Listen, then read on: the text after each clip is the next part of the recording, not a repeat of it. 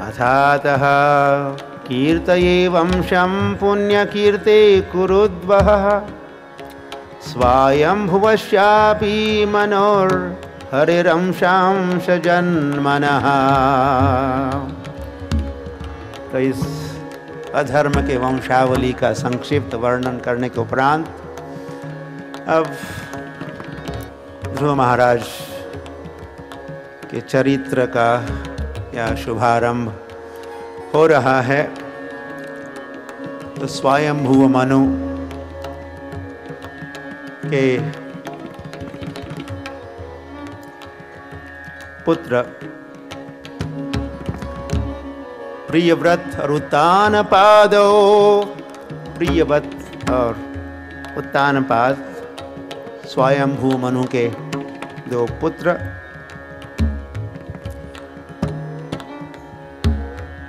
वासुदेवस्य कलया रक्षायां जगतः स्थितो। तो स्वयंभू मनु ही मनु से मनुष्य आते हैं, इसकी समझ है। तो हम मनुष्यों के स्रोत मनु।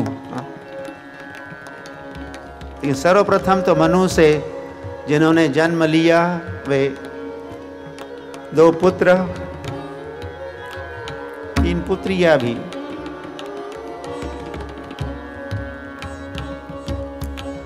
अकुति और प्रसूति और देवहूति, ये तीन पुत्रियां और ये दो पुत्र प्रियव्रत और उत्तानपाद। ये पुत्र भी साधारण नहीं थे। मनु के पुत्र वासुदेवस्य कलया, वासुदेव का अंश इन दोनों मनु के पुत्रों में भी था, कुछ विशेष शक्ति। क्यों? रक्षायां जगतः स्थितो,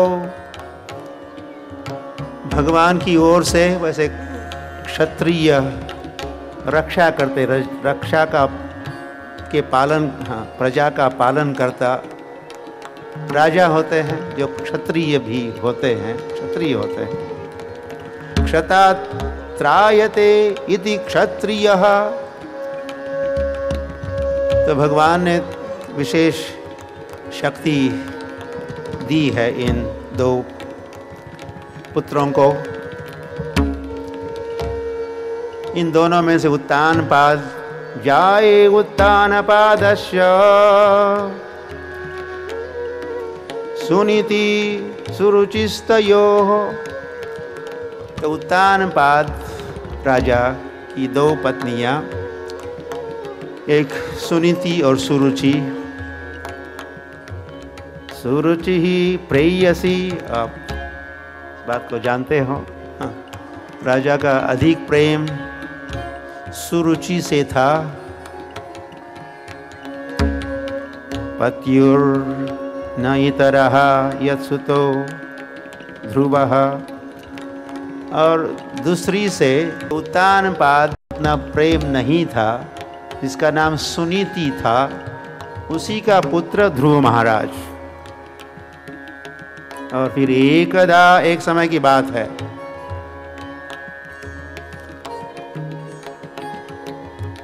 पुत्रमा अंकमारोप्य लालयन, उत्तानपाद राजा बिठूर में अपने राजधानी में महल में सिंहासन पर विराजमान है और उनके गोद में उत्तम, सुरुचि का पुत्र उत्तम, सुनीति का पुत्र ध्रुव। तो उत्तम को गोद में लेके वे बैठे थे। लालयन, उसके साथ कुछ लाड़ प्यार की बातें हो रही थी। उसको चूमते होंगे, उसके बालों को सूंघते होंगे और कुछ खाने के लिए कुछ देते होंगे, खेलने कुछ, ये खिलौने ले लो। आदान प्रदान चल रहा है, लालन उसी के साथ पालन भी चल रहा है। उत्तमं नारुरुक्षन्तं ध्रुवं राजाभ्यनंदत। तो ध्रुव वहीं पर था या अभी अभी खेल के लौटा हुआ उस कक्ष में प्रवेश किया। देखता है पिताश्री बैठे हैं और उत्तम से लालन पालन प्रेम भरी बातें हो रही है।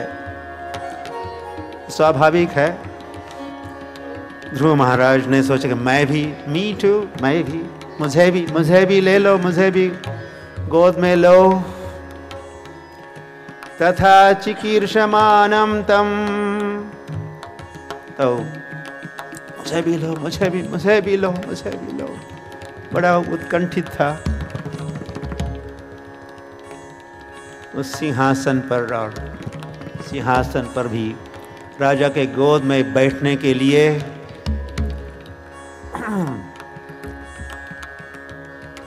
राजा ने तो कुछ कहा नहीं, कहना चाहिए था, उठाना, झट से उठाना चाहिए था, गोद में उसको बिठाना चाहिए था, लेकिन बेचारे उत्तानपाद नहीं बिठा पाए क्योंकि उनकी प्यारी सुरुचि वही बैठी थी और शायद उनका खुद का उत्तानपाद का प्रेम, ध्रुव के प्रति का प्रेम को भी, प्रेम के प्रदर्शन को वो पत्नी शायद देखती तो वो नाराज होगी, ऐसा सोच के भी थोड़ा भय भी उस बात का। उन्होंने कुछ नहीं कहा, किंतु सुरुचि ने कहा, बहुत कुछ कहा। न वत्स नृपतेर्धिष्ण्यं भवान् आरोढ़ुमर्हति। नहीं नहीं नहीं नहीं नहीं नहीं, राजा के गोद में और तुम नहीं, तुम्हें बैठने का बिल्कुल अधिकार नहीं है।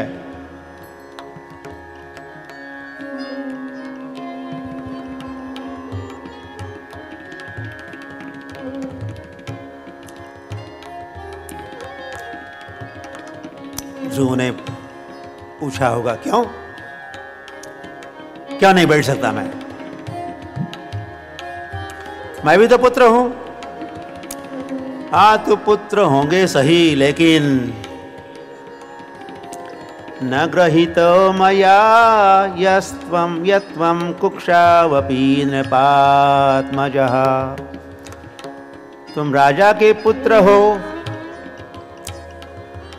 लेकिन तुमने मेरी गर्भ से, कोख से तुमने जन्म नहीं लिया है, इसलिए तुम्हें अधिकार नहीं है वहाँ चढ़ने का और बैठने का।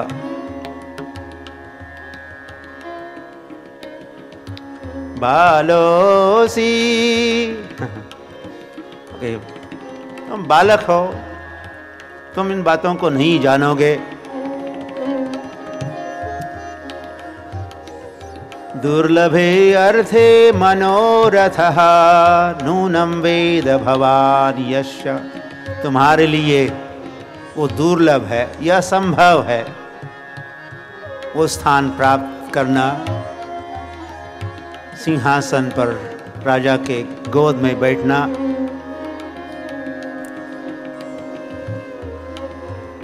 तो क्या कभी भी संभव नहीं होगा मुझे? तो सुरुचि की, हाँ, संभव होगा, तुम्हें कुछ करना होगा। मुझे क्या करना होगा? तपसा आराध्य पुरुषं तस्यैव अनुग्रहेण मे गर्भे त्वं साधय आत्मानं यदि इच्छसि नृपासनम्। तुम्हें आराधना करनी होगी। वो पुरुषोत्तम की तुम्हें आराधना करनी होगी। कैसे? तपस्या करते हुए आराधना करनी होगी। तो क्या फिर मैंने तपस्या की, तपस्या करते हुए भगवान की आराधना की, भगवान को मैंने प्रसन्न किया, तो मुझे वो गद्दी, वो सिंहासन, पिताश्री के गोद में बैठने का फिर अधिकार मुझे प्राप्त होगा ही ना? नहीं नहीं, तपस्या करके, भगवान की आराधना करके भगवान को पहले तुम प्रसन्न करोगे, तब वे तुम्हें, मेरे गर्भ में तुम्हें जन्म देंगे। तू गर्भ में, और फिर गर्भ से, मेरे गर्भ से तुम जब पुनः जन्म लोगे, तब तुम्हें वहां बैठने का अधिकार होगा। मैत्रेय उवाच। तो कोई भी कल्पना कर सकता है इस बालक की मन की स्थिति को।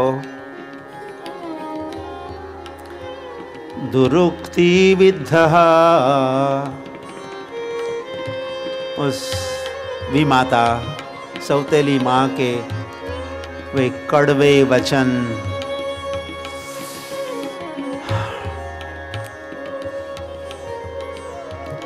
बहुत गहरी चोट या आघात पहुंचाया। सहा नहीं गया उस बालक से, उसे क्षत्रिय का रक्त भी तो था। क्षत्रिय ऐसे अपमान को सहन नहीं कर सकते। स्वशनृषा दंडहतो यथा अहिः। बड़ी लंबी गहरी सांस लेते हुए बड़ा क्रोधित हुआ ध्रुव। दंडहता यथा अहि, जैसे कोई सर्प को डंडे से पीटने पर वो सर्प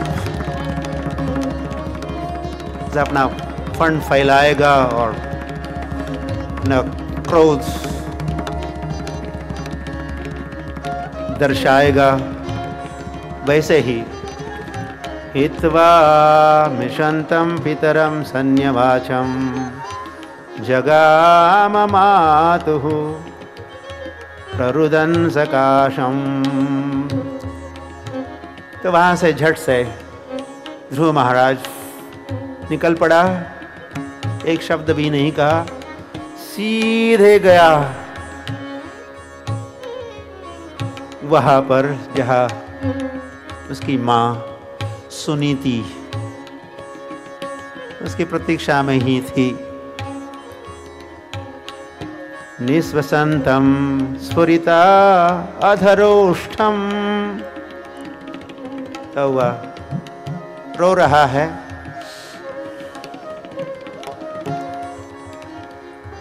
लंबी सांस ले रहा है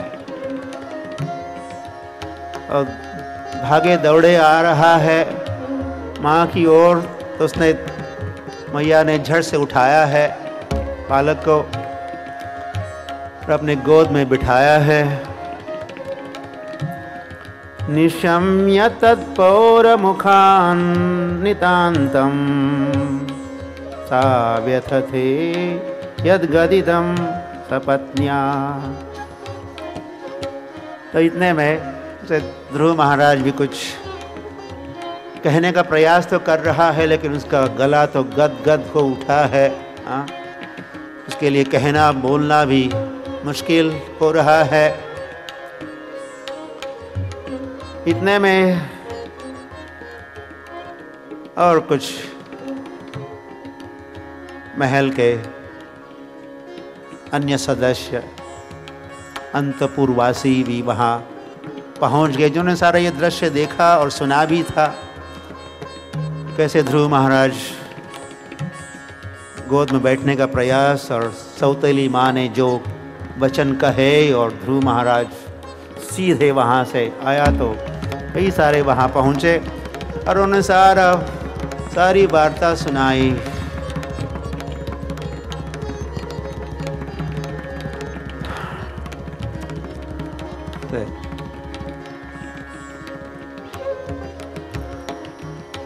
दावाग्नि हुआ, मैया ने सब जो बातें सुनी, जो सारे घटनाक्रम घटा हुआ था, तो वह जैसे दावाग्नि से वन में वृक्ष की पत्ते या लता के पत्ते मुरझा जाते हैं, जल भी सकते हैं, वो मुरझा गई, सूख गई। मुखम च परिशुष्यति, गला सूख गया और चेहरा फीका पड़ा। स उत्सृज्य धैर्यं विललाप, वो भी अपना धीरज को खोई और विलाप और शोक करते हुए कहने लगी, मां अमंगलम तात परेषु मंस्थाम भुंक्ते जनो यत् पर दुःख दस्तत्। यहाँ पर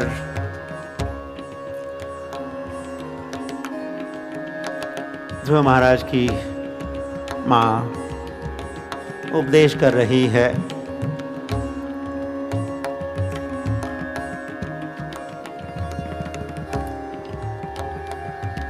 अपने पुत्र को कुछ उपदेश के वचन सुना रही है। माँ वैसे पुत्र पुत्री की या आदि गुरु, माता और पिता दोनों भी आदि गुरु। सारी शिक्षाओं का प्रारंभ तो वही से होना चाहिए। तो जरूर ये मैया अपने पुत्र को शिक्षा दे रही है। इसका हुआ ये शिक्षा गुरु आगे कहाँ है? इस सुनीति ध्रुव महाराज की शिक्षा गुरु।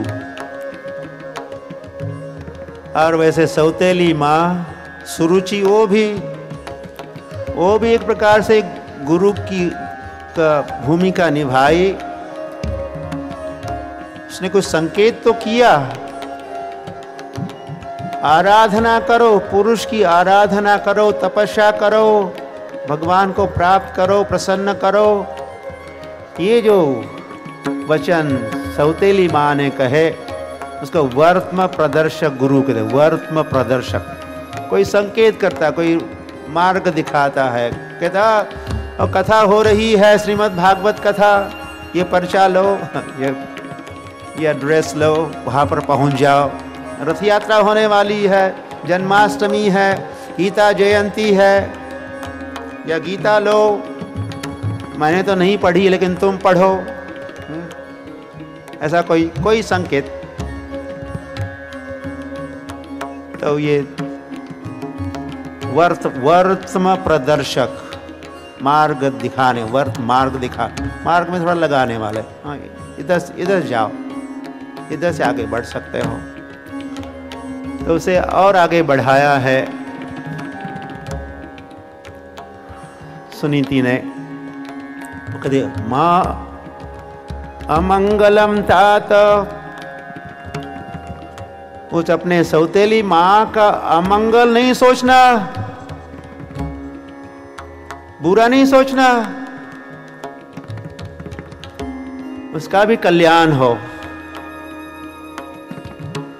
ऐसा ही सोचो। और फिर ये भी कहते कि जो व्यक्ति औरों को दुख देता है, वो दिया हुआ दुख ही वापस आके पुनः दुख देने वाले को दुख देता है। भुंक्ते जनो यत् पर दुखद, दूसरे को दिया हुआ दुख पुनः लौट के आता है।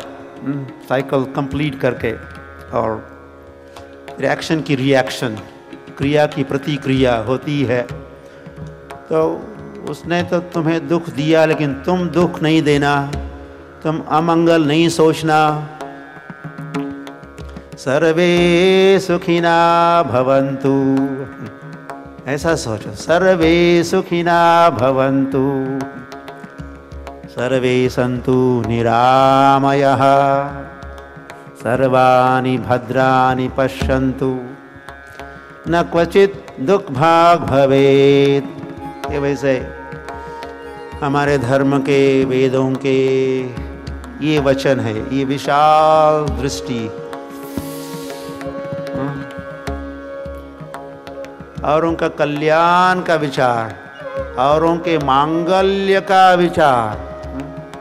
सर्वे सुखिना भवन्तु, सब सुखी हो, सब सुखी हो। कहाँ है ऐसे विचार, कहाँ है ऐसे विचार? सर्वे सुखिना भवन्तु, सर्वे सन्तु निरामयः, सभी निरामयः, सभी निरोगी हो, सभी निरोगी हो। रोगों के भी दो प्रकार बताए हैं, दो प्रकार के रोगी। एक शरीर में रोग, उसको व्याधि कहा है। मन में रोग, उसको आधि कहा। आधि मन में, व्याधि शरीर में। रोगों के दो प्रकार, व्याधियों के दो प्रकार, आधि व्याधि। और व्याधि से आधि और भी भयानक, द मेंटल इलनेस।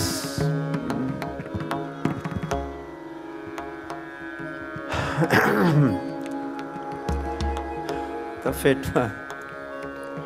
लेटेस्ट सर्वे जो अमेरिका में हुआ, आधि और व्याधि और आधि मानसिक रोग के, तो 5 में से 2 लोग फिट फॉर मेंटल हॉस्पिटल, मतलब 40% मेंटल इलनेस, मानसिक रोग, स्ट्रेस, स्ट्रेन, दबाव, कई प्रकार के तनाव, और उसी से कई सारे मानसिक विकृतियाँ, कई सारे रोग। उसी के अंतर्गत ऑफ कोर्स काम रोग और भव रोग और कामांध, क्रोधांध, धनांध, धन से अंधा, काम से अंधा, फिर काम वासना से पीड़ित और अंधा। सुनीति कह रही है सत्यम, हाँ हाँ, तुम्हारे सौतेली माँ ने जो भी कहा वैसे सत्य ही कहा। तुम्हें जो कहा कि तपस्या आराध्य पुरुषम, हे वत्स, तुम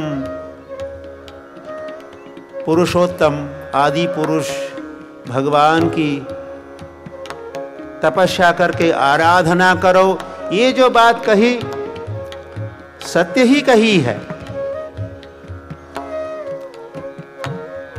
उसके पीछे उद्देश्य और हो सकता है सही, उसके इंटेंशंस, लेकिन बात जो कही है सत्य है। जरूर उसका स्वीकार करना चाहिए। पारस मनी अगर किसी ने डस्टबिन, कूड़े करकट के डिब्बे में भी रखा है, टच स्टोन, पारस मनी, तो व्यक्ति जरूर उसको झट से वहां से ले लेगा। नहीं, तो कूड़ा करकट के डिब्बे में पारस में नहीं, मैं छूंगा नहीं, ऐसा नहीं सोचेगा। जहां भी मूल्यवान फिर वस्तु है या कुछ वचन है, उसको स्वीकार करना चाहिए। ये बात सुनीति कह रही है। यद दुर्भगाया उदरे गृहीतया वैसे तुम अभागी हो, मेरे स्तन के दूध से तुम स्तन्नेन वृद्धश्च, मतलब स्तनपान से, दुग्धपान से तुम, यहाँ का वृद्धश्च तुम बूढ़े हुए हो। ज़्यादा बूढ़ा नहीं है, कुछ 5-6 साल का ही बालक है, लेकिन वैसे अंग्रेजी में भी वृद्ध कहने की बात है। हाउ ओल्ड आर यू कहते, हाउ ओल्ड आर यू, और फिर व्यक्ति आई एम 5 years ओल्ड, 5 साल का बूढ़ा हूँ या 5 साल का पुराना हूँ। एक दिन का पुराना था, फिर 1 साल का पुराना, 5 साल का पुराना, ओल्ड। और यस सही है। तो यह कहाँ है सुनीति ने, स्तन्नेन वृद्धश्च,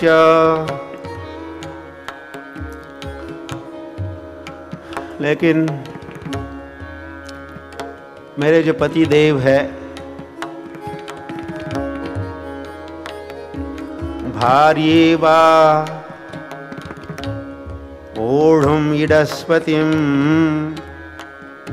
माम, लेकिन उस राजा को मुझे अपनी भार्या या पत्नी के रूप में स्वीकार करना भी उनको शायद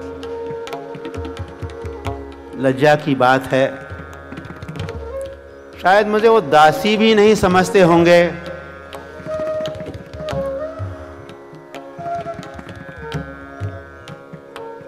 तो वह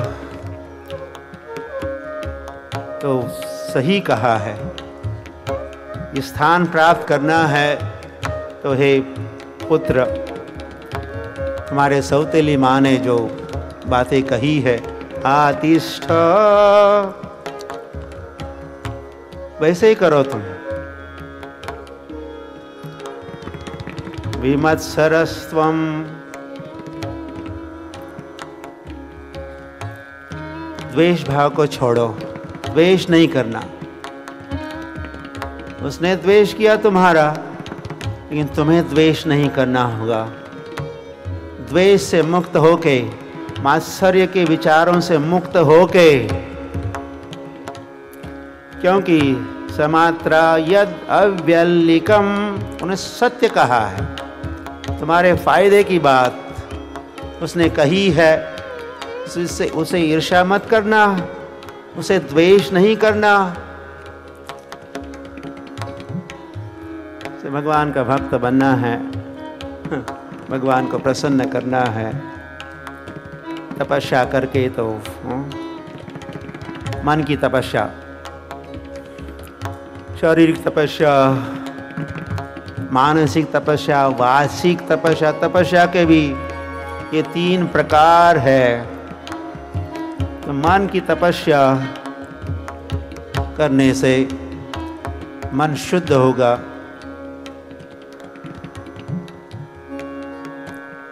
और उसी के साथ मन में जो द्वंद्व है, अपना पराया, इस द्वंद्व से फिर व्यक्ति मुक्त होगा। द्वेष नहीं करना। अनुसूयवे, भगवान अर्जुन से कहे, मैं ये तुम्हें क्यों गीता का रहस्यमयी संदेश सुना रहा हूं, क्योंकि तुम्हारे मन में द्वेष नहीं है, तुम द्वेष से रहित हो। अर्जुन, दुर्योधन द्वेषी था, अर्जुन द्वेष भावना से मुक्त था। इसलिए भगवान ने कहा भी, भक्तोसी में सखा चैति तदहि रहस्य उत्तमम, आराधय अधोक्षज पाद पद्मम। आगे थोड़ा विस्तार से समझा रही है। भगवान की आराधना करनी है तो वैसे आराधय, आराधना करो। किसकी आराधना? अधोक्षज, अधोक्षज की आराधना करो। भगवान को अधोक्षज कहते हैं, अधोक्षज।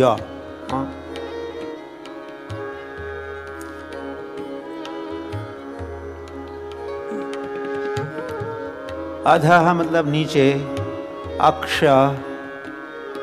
मतलब इंद्रिय, और ज मतलब उत्पन्न होना या अनुभव करना। इंद्रियों का जो, हमारे इंद्रियों का जो अनुभव है ये नीचे ही रह जाता है, भगवान उसके परे हैं। अधः अक्षज, हमारे बद्ध इंद्रियों के अनुभव के परे हैं भगवान, मतलब भगवान अधोक्षज है। अतः श्री कृष्ण नामादि न भवेद् ग्राह्यम् इंद्रियैः, कहा शास्त्र कहते हैं। अतः श्री कृष्ण नामादि न भवेत्, मतलब भगवान का नाम, रूप, गुण, लीला, धाम का न भवेद् ग्राह्यम् इंद्रियैः, जो प्रभुपाद लिखते हैं, द ब्लंट मटेरियल सेंसेस, ये हमारे दूषित जो इंद्रिय है उसकी मदद से हम न भवेद, भगवान को देखा, सुना, सूंघा नहीं जा सकता। अधोक्षज पाद पद्मम, केवल भगवान है ही नहीं, या भगवान सर्वत्र है, या भगवान ज्योति है, ब्रह्म ज्योति है, प्रकाश है, नहीं नहीं, पाद पद्मम, विग्रह वाले भगवान, रूपवान भगवान, जिस रूप में चरण भी है, करकटावरी ठेवुनिया, उनकी कमर भी है, फिर कमर पर हाथ रखे तो हाथ भी है होंगे, भगवान का वक्षस्थल भी है, मुखमंडल भी है, करारविंदे न पदारविंदम मुखारविंदे विनिवेशयन्तम। भगवान एक समय वटस्य पत्रस्य पुटे शयानम, भगवान लेटे थे, बालम मुकुंदम मनसः स्मरामि, ऐसे बाल मुकुंद का स्मरण मैं करना चाहता हूँ, जो एक वट के वृक्ष के पत्ते पर बाल मुकुंद लेटे थे, और वे क्या कर रहे थे, अपने करारविंदीन, अपने कर कमल से चरणारविंद को उन्होंने धारण किया था, मुखारविंदे विनिवेशयन्तम, और अपने मुख में चूस रहे थे अपने चरण कमलों को। शायद मीठे हैं, कितने मीठे हैं मेरे चरण कमल। भगवान सोच रहे, मेरे सारे भक्त तो मेरे चरण कमलों का भजन करते हैं, सेवा करते हैं, स्मरण करते हैं, कुछ विशेष होंगे मेरे चरण कमल, कुछ मीठे होंगे मेरे चरण कमल। इसका अनुभव करने हेतु तो भगवान स्वयं ही अपने हाथ से चरण कमल धारण करके मुख से चूस रहे हैं। आपने वो चित्र देखा, बालम मुकुंदम मनसः स्मरामि, तो ऐसे सुंदर सुंदर भगवान, सुगंधित भगवान। पाद पद्मम, तो पाद पद्म है तो त्वदीय चरण पंकज पद्म गंधम, पद्म गंध जो है, कोशगंधम जिघ्रंती कर्ण विवरई इसे जब हम सुनते हैं तो सूंघ सकते हैं। तो भगवान सर्वांग सुंदर है, निराकार निर्गुण भूल जाओ। सुंदर ते ध्यान उभे बिटे वरी करकटा वरी ठेवुनिया, और तुलसी हर गड़ा कासे पीतांबर वस्त्र पहनते हैं।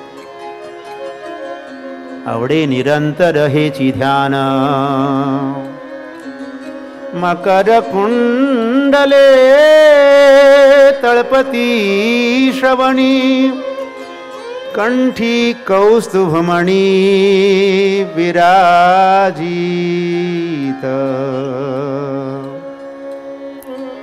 तुकाराम महाराज, सुंदर सुंदर सुंदर लाला सचीर दुलाला, सुंदर भगवान, सर्वांग सुंदर, श्याम सुंदर, गौर सुंदर, अरे कई सारे सुंदर सुंदर भगवान के रूप है। सुंदर रूप है, सुगंधित रूप है।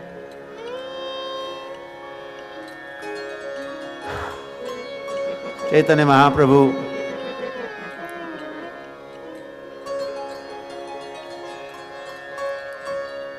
जब जगन्नाथपुरी में थे, और चैतन्य महाप्रभु है भगवान, बने हैं भक्त, वह भक्त के भाव में, वैसे वह राधा के भाव में।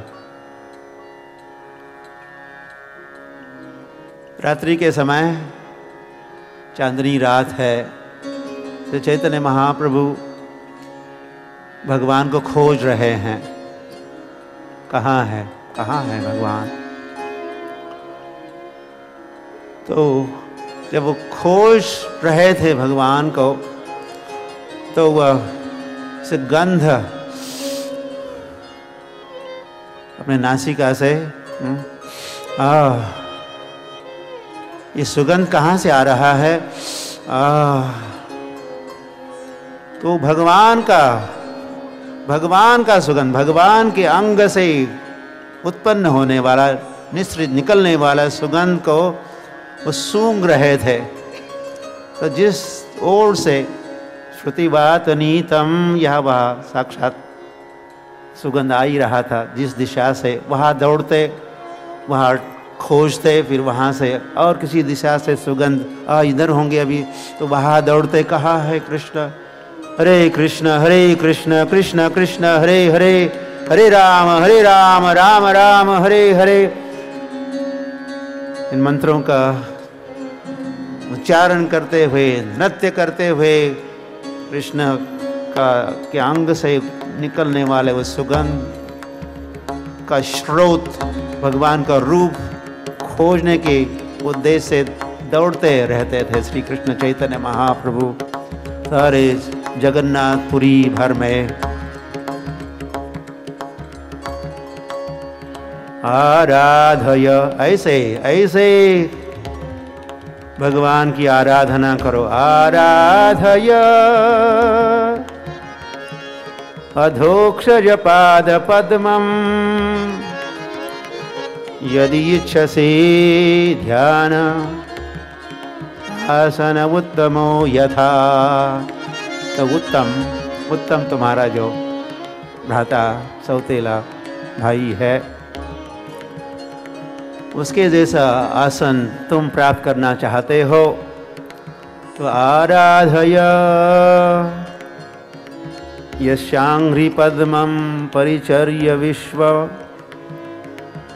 और यशांघ्रि पद्म, ऐसे भगवान की आराधना करो तुम। पारमेष्ठ्यम, तो उन्होंने पूछा होगा क्या और भी किसी को ऐसा जिन्होंने आराधना भगवान की वो परम पुरुष की, और उनको ऐसा विशेष पद प्राप्त हुआ, स्थान प्राप्त हुआ, ऐसा कोई उदाहरण है? बता सकती हो मैया? तो मैया ने हाँ हाँ हाँ हाँ जरूर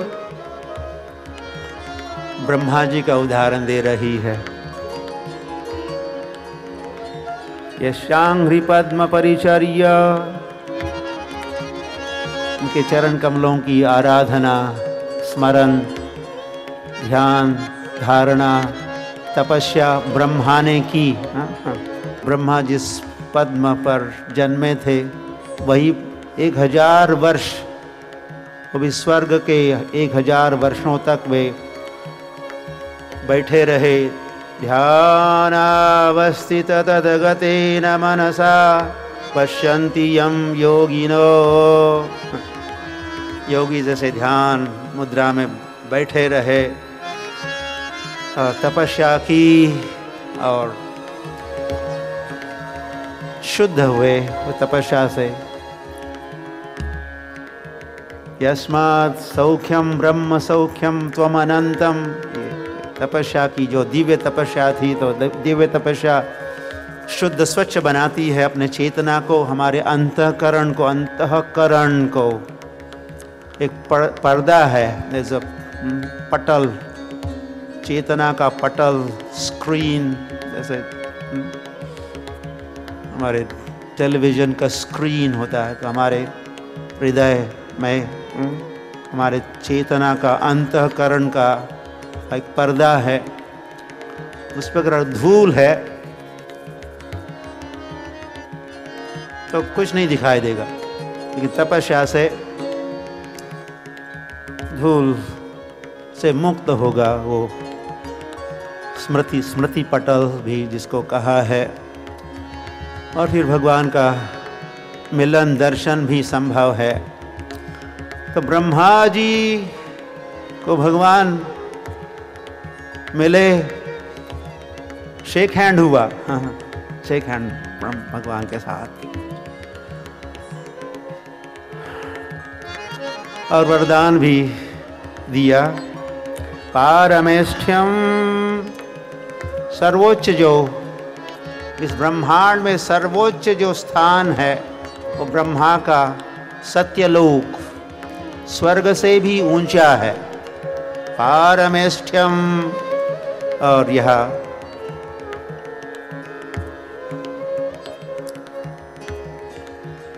उस पद को, उस स्थान को जीतात्मा स्वसनाभि वंद्यम, तो ऋषि मुनि उस धाम को प्रार्थना नमस्कार करते रहते हैं। ब्रह्मदेवाय नमः, ब्रह्मदेवाय नमः, ब्रह्मा को नमस्कार, उनके लोक को नमस्कार। ऐसा वो सर्वोच्च लोक ब्रह्मा को प्राप्त हुआ। बेटा कैसे संभव हुआ? यशांघ्रि पद्म परिचर्या, उन्होंने भी भगवान के चरणों की आराधना की। तो तुम भी वैसे ही करोगे। तमेव वत्स आश्रय भक्तवत्सलम, तमेव पुनः थोड़ा विशेष जोर देके, तमेव मतलब वही ईश्वर, तमेव वही तो, आश्रय तुम आश्रय लो, तमेव सर्वभावेन भारत शरण, या तमेव शरणम गच्छ, जैसे भगवान कहे, भगवान अर्जुन तमेव शरणम गच्छ। एक समय 18वें अध्याय में अर्जुन से तो बात हो ही रही है, तो भगवान कहते तमेव शरणम गच्छ, उसी के शरण में जाओ। भगवान कह रहे उसी के शरण में जाओ, मानो वहाँ लगता है कि और कोई है, उसके शरण में जाओ, उसी के।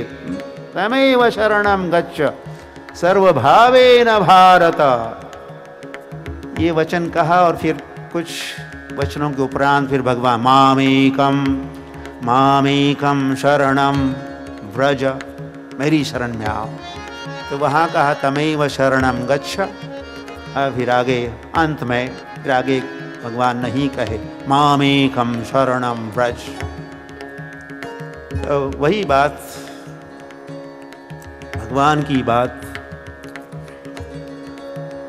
सुनीति कह रही, तमेव वत्सवाश्रय भक्त वत्सलम, वे भक्त वत्सल भगवान के, भक्त वत्सल भगवान की ख्याति है। भक्त वत्सल के रूप में भगवान विश्वविख्यात है, भक्त वत्सल। नरसिंह भगवान भी भक्त वत्सल, नरसिंह देव की जय। वो प्रहलाद महाराज, जैसे ध्रुव महाराज है हमारे, यह कथा हो रही, प्रहलाद महाराज, तो प्रहलाद महाराज की रक्षा के लिए भगवान प्रकट हुए, नरसिंह देव बने और अपना भक्त वात्सल्य उन्होंने प्रकट किया। बस प्रहलाद को अपनी गोद में बिठा के, एक समय तो भगवान प्रहलाद महाराज को अपने जिह्वा से, वे तो नरसिंह तो है ही, तो उस योनि में, उस रूप में जैसे अपने वक्ष से को चाटते हैं, तो प्रहलाद महाराज को चाट रहे थे भगवान, अपना वात्सल्य प्रदर्शित कर रहे थे, वात्सल्य। भक्त वत्सलम अनन्य भावेन मनसी अविस्थाप्य भजस्व पुरुषम। पुनः पुनः कहा जा रहा है, भजस्व, भजन कर उस पुरुष का, उस आदि पुरुष भगवान का।